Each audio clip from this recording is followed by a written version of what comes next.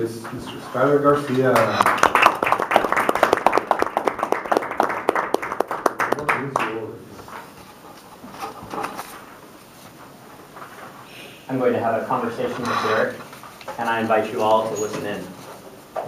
What I like about Derek, first off, is that you get up here and you have an overwhelming presence.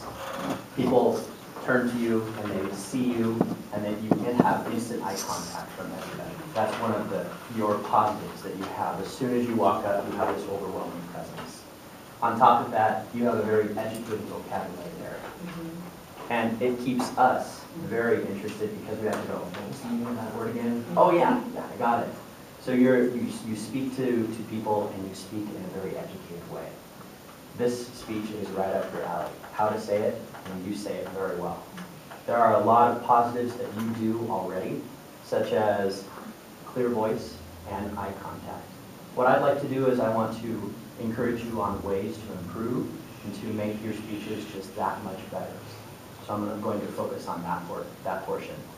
I noticed when you first came up here that you seemed a little bit on the nervous side for the first 30 seconds, and then you just settled right into it, and the rest of the speech was a breeze.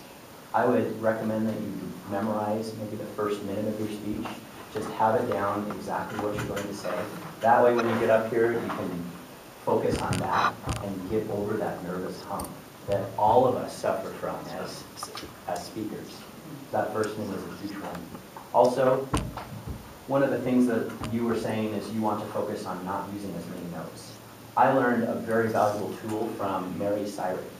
She talked about spatially organizing each part of your speech. I'm thinking about it that way, so instead of having your notes up here, you can in your head say, this is going to be my opening. This is the second portion that I'm going to do. This is the third portion. And if you want to have a couple of quotes in each one, you can do that as well. And it helps because it gets you looking around the room and everybody, and also it helps you to organize it spatially so you don't have to worry about having notes up here. Also, I like how you organize this space. This is a great way to do it. I would like to see more personal come through in your stories. How do you feel about it? You had a very macro view of everything, and I love it. I love the tone. I love the voice that you had. But I want to go, how does Derek feel about this? Make it more personal to us, something that we can really latch onto.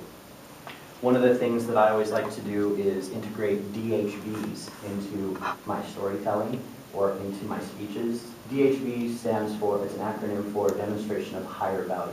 What are people looking to? What pulls them in for that higher value? And they attach themselves to that higher value wherever you're saying. It makes your speeches just that much more powerful. How can you make yourself look better in the speech? How can you make others go, what's something I can grab onto? Yeah, I feel this is personal.